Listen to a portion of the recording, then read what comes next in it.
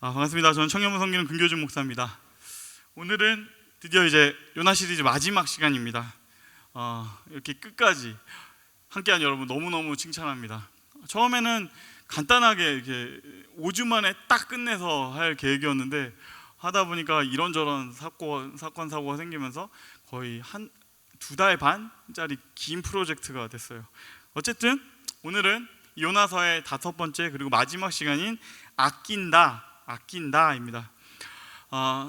지난 시간의 이야기를 조금 하면서 오늘 이야기를 좀 시작을 해볼게요. 지난주에 니느웨로 갔던 요나 기억나시나요? 요나가 어떻게 사역을 잘했나요? 아니면 엉망진창으로 했을까요? 엉망진창, 오케이. 엉망진창으로 요나가 사역을 했다라고 저번주에 말씀드렸는데 간단합니다. 3일을 가야지 돌아야 되는 이 니느웨를요 딱 하루 돌면서 메시지는 이렇게 전했습니다. 40일이 지나면 니느웨는 무너질 것이다. 이거는요 앞뒤 다 잘라내고 그냥 자기 하고 싶은 말만 한 겁니다. 왜냐하면 니느웨는 딱 저렇게 되길 바랬거든요. 니느웨가 망해버렸으면 좋겠다. 그냥 망해라, 망해버려라, 이 심정을 가지고 이 메시지를 전한 겁니다. 그런데 놀랍게도 이 허접한 메시지를 가지고도 니느웨가요 회개하기 시작합니다. 완전 짐승에서부터 노예에서부터 왕에 이르기까지 모든 니느웨 사람들이 금식을 선포하고 회개하기 시작하고, 그리고 결국에 그 니느웨는 하나님께서 심판을 철회하시는 그런 사건이 일어납니다. 요나는 니느웨가 완전 망해버리기 바랬고 최악의 메시지를 전했는데 하나님은 그 최악의 메시지를 가지고도 이 니느웨를 구원하셨다. 이 상황이 지난 시간까지 얘기했죠. 그리고 이때 요나 어떤 상황이 됐을까요? 어떻게 되는지 1절 말씀입니다. 우리 함께 읽겠습니다. 시작. 요나는 이 일이 매우 못마땅하여 화가 났다. 우리 요나 선지자는요 금쪽이에요. 너무너무 좀 금쪽이에요. 특별히 오늘 4장의 내용은 더더욱 그렇습니다. 뭔가 처음에는 원래 제목을 뭐라고 정했었냐면 금쪽 같은 내 요나라고 정했는데 그렇게 정해놓고 나니까 앞에 하고 결이 너무 안 맞는 것 같고, 그리고 옆에 부목사님도 눈치도 보이길래 그냥 아낀다라고 정했어요. 그렇지만 내 마음속에서는 금쪽 같은 내 요나, 약간 이런 바이브예요. 오늘 이 금쪽이 선지자를 하나님께서 한 번씩 이렇게 탁탁탁탁 다루시는 이야기가 나오는데, 이 하나님에게서 누구의 냄새가 나냐면 오은영 박사님의 냄새가 나요.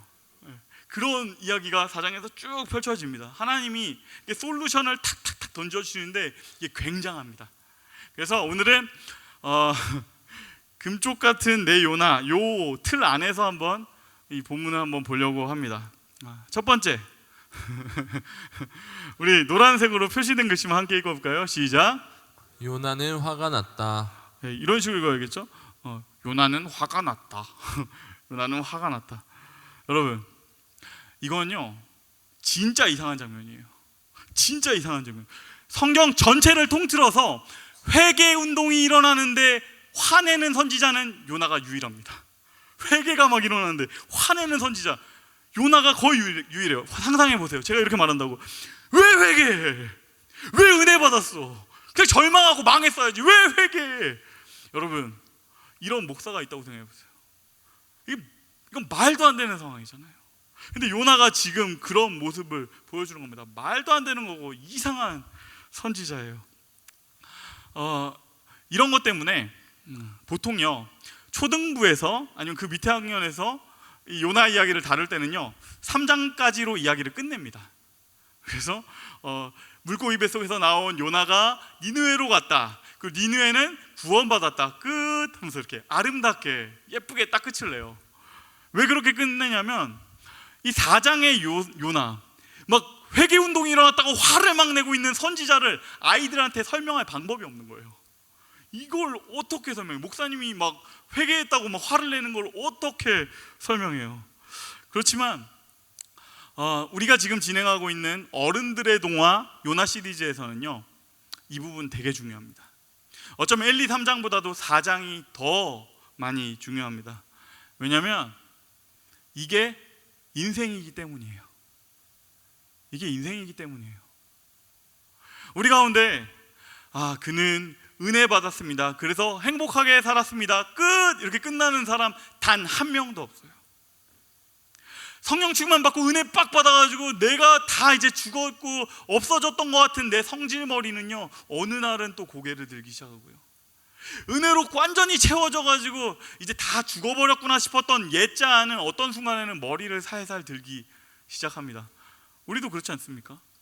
이번 여름 수련회 때 은혜를 받고 그 은혜 가지고 지금 날마다 성장하며 나는 지금 우상향하고 있습니다, 매일매일이 더 행복해야 합니다 라고 얘기할 수 있는 분 한번 저한테 살짝 손들어서 보여주시겠어요? 단 한 명도? 잠깐만, 단 한 명도? 우리의 모습이 사실 그렇다는 것입니다. 이거는 결국에 그래서 우리의 이런 이야기다. 그래서 요나 이상한 선지자라고 정죄하기 전에 우리는 이 이야기를 좀 더 자세히 한번 봐야 됩니다. 더 한번 보시죠. 화가 잔뜩 나 있는 우리 선지자가 하나님께 따지기 시작합니다. 2절 말씀을 함께 보겠습니다. 읽겠습니다. 시작. 그는 주님께 기도하며 아뢰었다. 주님, 내가 고국에 있을 때 이렇게 될 것이라고 이미 말씀드리지 않았습니까? 내가 서둘러 스페인으로 달아나는 것도 바로 이것 때문입니다. 하나님은 은혜로우시며 자비로우시며 좀처럼 노하지 않으시며 사랑이 한없는 분이셔서 내리시려던 재앙마저 거두실 것임을 내가 알고 있었기 때문입니다. 아멘. 아멘인가요? 가관이죠. 2절에서 지금 요나의 모습은 어떤가? 두 번째를 한번 봅시다. 두 번째, 금쪽이의 이상행동 2. 함께 읽겠습니다. 시작. 요나는 불쾌하다. 여러분, 이거 제가 안 시킨 거 아시죠? 시켰죠? 요나는 불쾌하다. 요나 지금 불쾌합니다. 요나 그냥 불쾌한 게 아니라 지금 출애굽기 말씀까지 인용하면서 그냥 한껏 불쾌해하고 있습니다. 그래서 비꼬듯이 이렇게 말이 나가는 거예요. 하나님, 당신은 은혜로우시고 자비로우시며 좀처럼 노하지 않으시고 사랑이 한없는 분이셔서 내리시던 재앙도 거두실 것을 내가 알았습니다. 이거는요, 성경 가운데에서 하나님의 성품에 대해서 가장 오피셜하게 표현하는 구절이에요. 성경의 많은 부분에서 10번 이상을 이 구절을 인용해서 하나님은 이런 분이시다라고 소개합니다. 그런데 요나는 가장 이 아름다운 이 표현을 사용해서 지금 하나님을 비꼬고 있는 것이에요. 마치 이런 것이죠. 한번 상상해 보세요. 아이가 이렇게 아빠가 과자 안 사줄 때 이렇게 말한다고 생각해 보세요. 우리 아빠는 정말 너무 좋은 아빠라서 과자 같은 거는, 몸에 나쁜 과자 같은 거는 사주지 않으실 거야. 나에게는 오이나 당근 같은 걸 주시겠지. 정말 맛있는 간식이지. 제가 아직 이걸 당하지 않았어요. 우리 하연이는 그 수준에 아직 이르지 못했습니다. 하지만 약간 이런 장면인 것이죠. 하나님의 아름다운 성품까지 활용하면서 한껏 비꼬고 있는 것이죠. 하나님 정말 대단하시네요, 이러고 있는 겁니다. 이 말 가운데 숨어있는 요나의 불만이 뭔지 보이세요? 요나가 어떤 걸 가지고 지금 불만을 가지고 있는가? 하나님, 왜 나만을 사랑하지 않으세요? 하나님, 왜 저 악인과 이방인에게 관심을 두고 사랑을 주려고 하세요? 하나님, 왜 나만 사랑하지 않으시고 우리 민족을만을 사랑하지 않으세요? 이걸 가지고 지금 그가 한껏 불쾌해하고 있는 겁니다.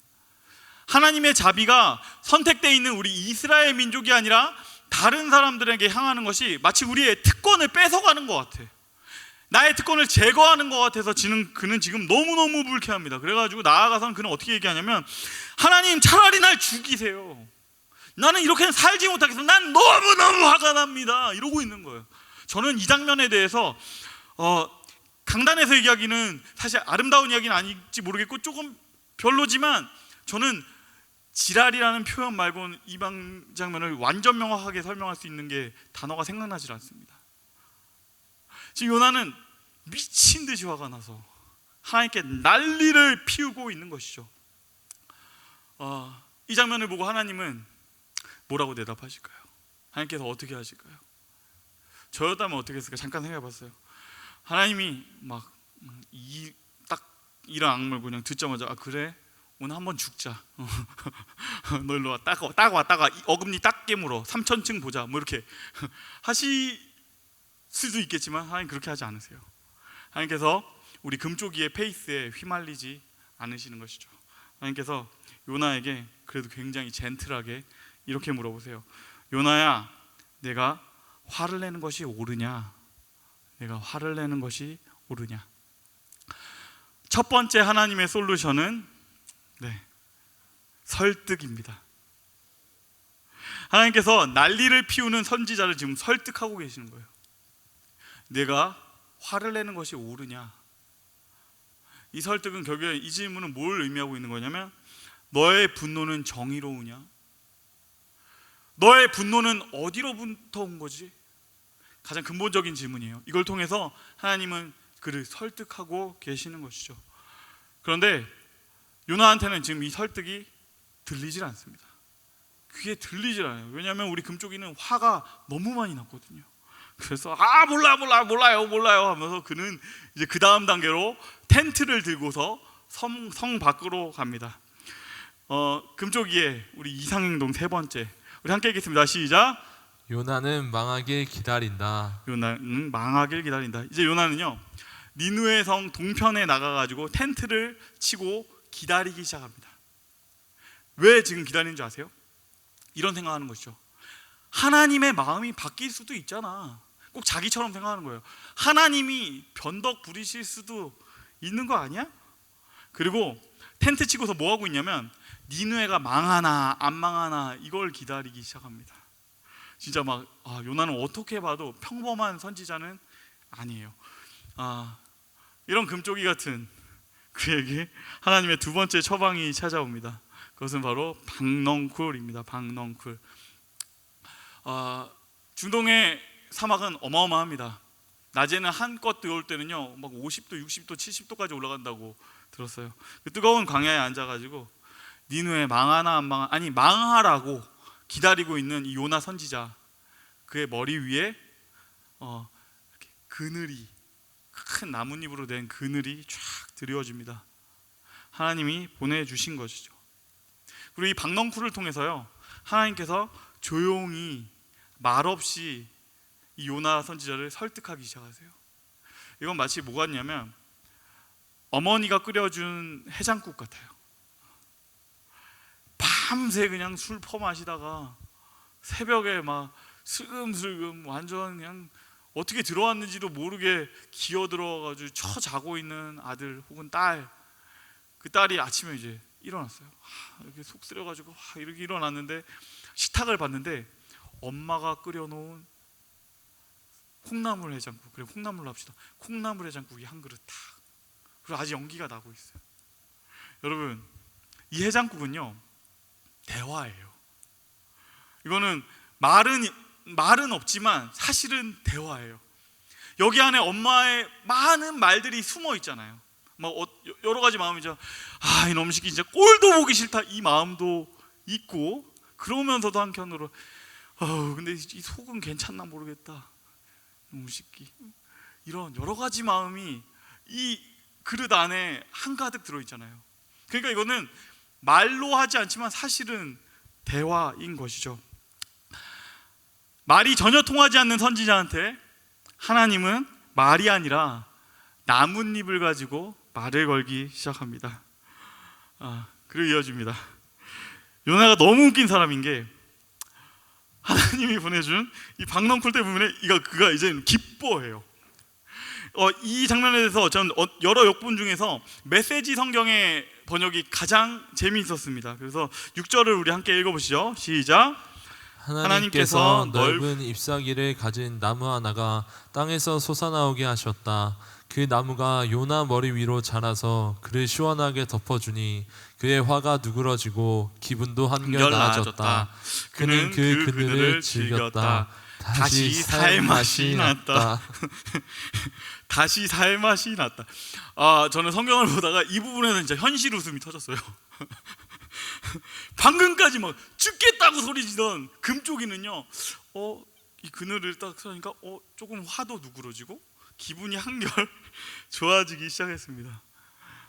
아무런 노력 없이 얻게 된 이 축복, 하나님께서 주신 이 복을요, 우리 금쪽이가 기뻐하며 누리기 시작합니다. 그리고 이런 생각을 했을지도 모르겠어요.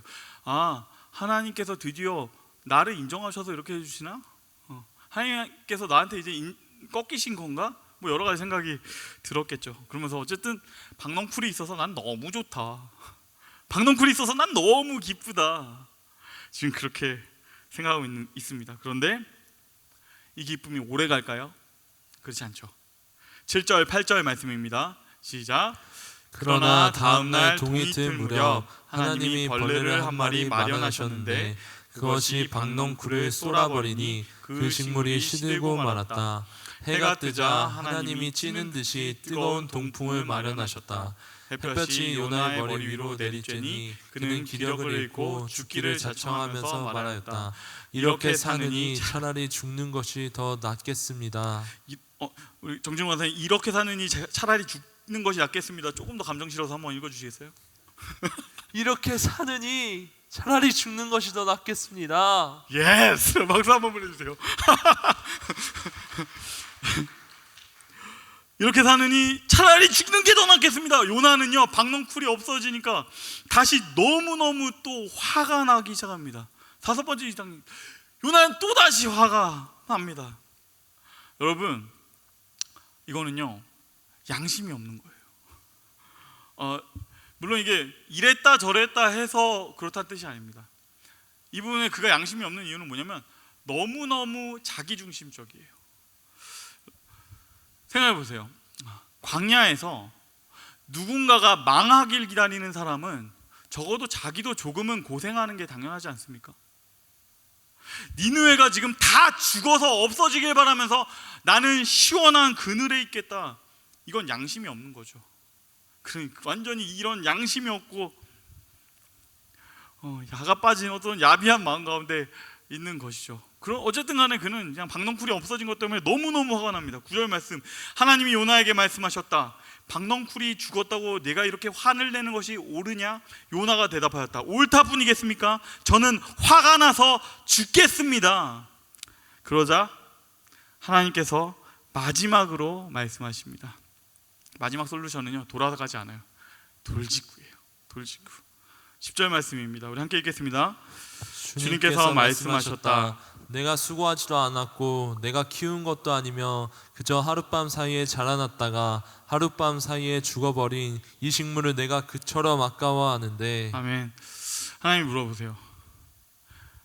요나야, 네가 심었어?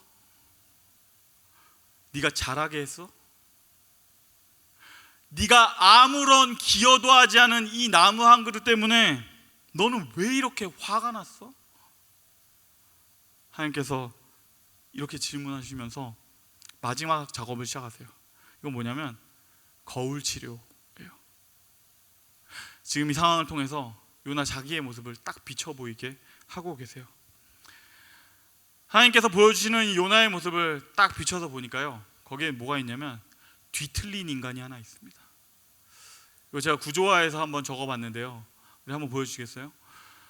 박넝쿨이 있음으로 기뻐하고 박넝쿨이 이 장면은 첫 번째 줄을 보시면요, 요나는 지금 박넝쿨이 있어서 기뻐하고 박넝쿨이 없어져서 슬퍼하는 사람입니다. 있음에 기뻐하고 없어짐에 슬퍼하는 사람, 이건 어쩌면 굉장히 자연스러운 일이죠. 그런데 두 번째 줄부터는 이상해요. 그는 동시에 니느웨가 살아있어서 너무너무 분노하고 니느웨가 다 죽어버리면 기뻐할 사람이기도 합니다. 이건 너무 뒤틀린 인간인 것이죠. 저는 요즘 이런 모습을 이스라엘과 하마스의 전쟁 속에서 가끔 보게 됩니다. 이스라엘과 하마스, 어느 쪽도 사실은 손을 들어줄 수가 없어요. 너무너무 미친 사람과 너무너무 야비한 인간들의 전쟁이에요. 어느 한쪽도 아름다움이 없어요. 그런데 제가 한번 보게 된 것은 이스라엘의 어떤 행동을 보면서 이건 좀 아니지 않나? 사람들이 막 백린산을 쏟아붓고 끔찍하게 죽어가는 장면을 멀리서 바라보면서 만원경으로 켜놓고 그걸 보면서 축제를 벌이고 있어요. 막 서로 건배를 해요. 이거는 정말 아니지 않는가? 그것은 완전히 뒤틀린 인간의 모습이에요. 사람은 그럴 수는 없는 것이에요. 누군가 죽어가고 전쟁이 나서 모두가 생명을 잃는 것을 바라보면서 기뻐할 수는 없는 것이다. 그 반대는 너무너무 뒤틀린 인간이다. 그리고 또 한 가지는요, 요나의 문제가 한 가지 더, 하나님의 마음을 너무너무 모른다는 데 있습니다. 그는 지금 하나님의 마음은 전혀 관심이 없어요. 그는 자기 마음만 보여요. 요나서 4장에서 지금 요나가 하나님께 계속하고 있는 이야기들과 그의 질문들을 쭉 살펴보면요, 제일 많이 하고 있는 말이 뭔지 아세요? 내가입니다. 내가 이럴 줄 알았습니다. 내가 화가 납니다. 내가 옳습니다. 내가 이 짧은 구석에서 하나님께 얘기하는 그 대화 그 안에서만도요, 그가 9번을 내가라고 말합니다. 내 마음은 너무너무 잘 아는데 요나는 지금 하나님의 마음은 전혀 모르는 겁니다. 이것은 너무 자기중심적인 인간이에요. 자기밖에 안 보이지 않는 인간, 자기 안으로 완전히 굽어서 나만 보고 있는 죄인. 이런 요나, 뒤틀린 요나, 이기적인 요나, 그를 향해서 하나님께서 마지막으로 말씀하십니다. 11절 말씀 우리 함께 읽겠습니다. 시작. 하물며 좌우를 가릴 줄 모르는 사람들이 12만 명도 더 되고 짐승들도 수없이 많은 이 큰 성읍 니느웨를 어찌 내가 아끼지 않겠느냐. 어찌 내가 아끼지 않겠느냐. 여기서 아낀다라는 표현은요, 이스라엘 단어 후스라는 단어를 쓰고 있는데, 여기는 첫 번째 아깝다, 귀중하게 여기다, 이런 우리가 일반적으로 알고 있는 뜻 말고도 그를 위하여 눈물을 흘리다라는 뜻입니다. 다시 말해서 아낀다는 말은 그것이 없으면 내가 슬프다는 말입니다. 아낀다는 말은 그가 없으면 내가 아프다는 말입니다. 그러니까 주님께서는요, 마지막 순간에 가서는요, 그의 그냥 마음을 딱 뜯어서 열어보시면서 심장을 꺼내놓고 그냥 직선적으로 말씀하고 계신 것이에요. 부족하지만 내가 사랑해. 못났지만 내가 아껴. 요나, 너는 그놈은 몹쓸 놈이고 없어져야 될 놈이고 살아내야 될 끔찍한 것이라고 말하지만 그도 내 자식이야. 요나, 너도 나에게 그렇고 니느웨도 나에게 그래. 요나서는 사실은 전체가 이 대화예요. 전체가 이 대화를 반복하고 있어요. 요나에게 하시는 거 우리가 계속 읽어봤잖아요. 하나님이 이 못된 선지자를 포기하지 않으세요. 물고기를 보내시고 폭풍을 보내시고 박넝쿨을 보내시고 동풍을 보내시고 어떻게든 그를 붙잡으세요. 나는 너를 포기할 수가 없다. 그러니 요나서는 이 대화입니다. 부족해도 아낀다. 못났지만 아낀다. 너도 그렇고 그도 그렇다. 사랑하는 여러분,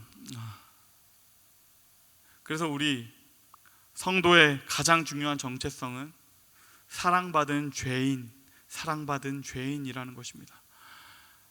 제대로 된 기독교의 믿음은요, 믿음을 가진 우리가 남들보다 조금 더 나은 존재다라고 주장하지 않습니다. 우리는 똑같은 죄인이다. 다만 사랑받았다. 우리는 답이 없는 죄인인데 하나님이 우리를 찾아오셔서 그냥 사랑해 주셨다. 이 정체성을 분명하게 인식한다면 우리에게 아무것도 주장할 권리가 없습니다. 죽었어야 될 죄인이 하나님의 은혜로 살림받았는데 우리가 주장할 것이 무엇이 있겠어요? 로마서는 이렇게 말합니다. 우리가 아직 죄인 되었을 때 그리스도께서 우리를 위하여 죽으심으로 우리를 향한 자기의 사랑을 확증하셨느니라. 아멘. 우리는 사랑받은 죄인이다. 그러니 우리는 아무런 권리가 없다. 이것이 우리의 가장 중요한 정체성, 성도의 고백입니다. 우리가 있음으로 인해서 기뻐하시고 우리가 없음으로 인해서 아파하시는 하나님의 마음, 우리의 상태와 조건과 상관없이 그저 우리를 아끼신 그 마음, 이유 없는 은혜 앞에서 우리는 아무런 권리가 없어요. 못났지만 아낀다. 아니, 못됐지만 아낀다. 내가 너를 사랑한다. 하나님께서 말씀하신 이 마지막 말씀을 마지막으로 해서 요나서는 끝이 납니다. 약간 먹먹한 이 끝 이후에 우리에게 생기는 딱 한 가지 질문이 하나 더 있습니다. 마지막 질문은요, 우리 금쪽이가 어떻게 했을까라는 것이에요. 우리 금쪽이 선지자 요나 선지자는 과연 어떤 선택을 했을까? 정말 궁금하지 않으세요? 그는 어떤 선택을 했을까? 그는 또다시 막 화를 냈을까? 아니면 하나님 앞에 꺾어져서 회개하게 되었을까? 아니면 죽음을 택했을까? 어떤 걸 했을까? 우리는 분명히 알지는 못합니다. 답이 없어요. 그렇지만 전 팀켈러 목사님이 하신 이야기에 굉장히 설득이 됐습니다. 이 못난 선지자의 이야기, 이 부끄러운 선지자의 이야기, 당대의 가장 유명한 선지자이면서도 자기의 가장 부끄러운 자기의 민낯을 그냥 보여주는 것 같은 그런 이야기를 과연 누가 기록했을까? 이 기록을 한 사람은 요나 아니면 없지 않겠는가? 하지만 그래도 결국에 그가 어떻게 행동했을까 결말은 우리는 모릅니다. 이것은 열린 결말이에요. 그래서 여기서 알게 되죠. 열린 결말의 원조는 하나님이세요. 그분께서 우리에게 열어두신 것입니다. 이렇게 횡한 것 같은 마무리, 이렇게 엉성한 것 같은 이 마무리가 이어진 이유는 이 비워둔 이야기를 우리 몫으로 남겨두신 겁니다. 이 모든 이야기를 끝으로 너는 어떻게 대답할 것인가? 너는 어떻게 행동할 것인가? 이걸 우리 몫으로 남겨두신 것이고 우리는 이 결말을 써야만 해요. 그래서 우리는 저번에도 말씀을 드렸는데 한 달 동안 이 캠페인을 하려고 합니다. 이름은요, 달팽이 기도 캠페인이에요. 이건 무슨 뜻이냐면 느리지만 앞으로 나아가는 기도, 그러면서도 나를 지키는 기도, 기초적인 기도 훈련을 하려고 하는 건데요. 다음 주부터 시작해서요, 딱 한 달 동안 우리는 함께 이 고백을 하려고 하는데 저를 한번 따라서 읽어주시겠어요? 주님 나를 사랑하셔서 나도 주님 사랑합니다. 주님 나를 사랑하셔서 나도 주님 한 번 사랑합니다. 더 읽어볼까요? 주님 나를 사랑하셔서 나도 주님 사랑합니다. 주님 나를 사랑하셔서 나도 주님 사랑합니다. 오전, 오후, 저녁 이렇게 3번에 걸쳐서 일상 속에서 스치듯이 이 고백을 하는 것이에요. 이 기도는 정말로 10초도 안 걸릴지도 몰라요. 그러나 잠깐 일상 가운데서 계속 주님 나를 변함없이 사랑하시니 나도 주님 사랑합니다. 그리고 나서 이 짧은 고백을 한번 할 때마다 나도 열심히 하고 그리고 남들도 이렇게 한 번씩 딱 기억나게 해주자는 의미로 가족 카톡방에다가 달팽이 껍질 이모티콘을 올리면 됩니다. 마가복음에서는 이런 식으로 했었는데요. 사진 한번 보여주시겠어요? 네, 이런 식이었어요. 신영이도 했고 다빈이도 했고 채아도 했고 소영이와 함께 떠나는 우주여행도 했고 지연이도 처음에는 그 달팽이 이모티콘으로 했는데 너무 징그럽다는 얘기가 많이 있어가지고요. 저 껍데기 모양으로 바꿨습니다. 아까 말했던 주님 나를 사랑하셔서 나도 주님 사랑합니다. 이 고백을 계속 일상 가운데서 반복하면서 우리는 우리의 정체성을 확인할 겁니다. 가장 기초적인 기도 훈련이에요. 우리는 사랑받은 죄인이고 오늘도 나는 그 사랑 안에 있다. 주님께서 나를 사랑해 주셨습니다. 이 고백, 이 기도를 기초로 해서 우리가 일상을 살아내면서 우리 이 정체성을 만들어가기를 원합니다. 그리고 이 고백 가운데 있는 그 일상이 조금 다른 차원으로 우리를 이끌게 됩니다. 이 일상을 살아내는 저와 여러분이 되시기를 주님의 이름으로 축복합니다. 말씀 맺을게요. 2주 정도 되는 것 같아요. 2주 전에 이 설교 준비하면서 새벽에 기도를 하는데 하나님이 저한테 갑자기 이렇게 말씀하시는 것 같았어요. 마음 가운데 뭔가 내 안에 어떤 심어주신 그 생각, 그러나 내 안에서 나온 것은 아닌 것이 분명한 그 마음. 그 목사, 네가 맡고 있는 운전교회 청년들, 너한테는 친구고 동생들일지 몰라도 나한테는 자식이야. 교준아, 더 많이 사랑해줘. 더 많이 아껴줘. 하나님께서 새벽에 그 이야기를 나한테 해오시는데 진짜 새벽에 엄청 울었어요. 펑펑 울었어요. 여러분, 물론 제가 안 아낀다는 게 아니에요. 사랑하지 않는다는 게 아니에요. 파스타 괜히 하는 거 아니에요. 가끔 여러분 꿈에서 나오기도 합니다. 그렇지만 그 얘기를 하시는데, 내가 아이들을 아무리 사랑해도 하나님의 마음만큼은 아니더라고요. 그래서 제가 그날 새벽에 진짜 많이 기도했어요. 하나님, 더 사랑하겠습니다. 하나님, 더 많이 아끼겠습니다. 우리 모두 이 사랑에 머물렀으면 좋겠습니다. 내가 너를 참 아낀다. 내가 너를 사랑한다. 이 사랑 가운데 머물 때 우리의 삶이 다음 차원으로 갑니다. 우리 삶이 진짜 의미에서의 살맛나는 삶이 사라지기 시작합니다. 그래서 우리 이 찬양을 함께 부르고 기도했으면 좋겠는데요. 제가 가사 한번 읽어드릴게요. 주님은 신실하고 항상 거기 계시네. 주 사랑을 뭐라 할까? 주 사랑이 내 생명보다 귀하고 주 사랑이 파도보다 더 강해요. 세월이 가고 꽃이 시들어도 주 사랑 영원해. 주님 사랑 신실해요.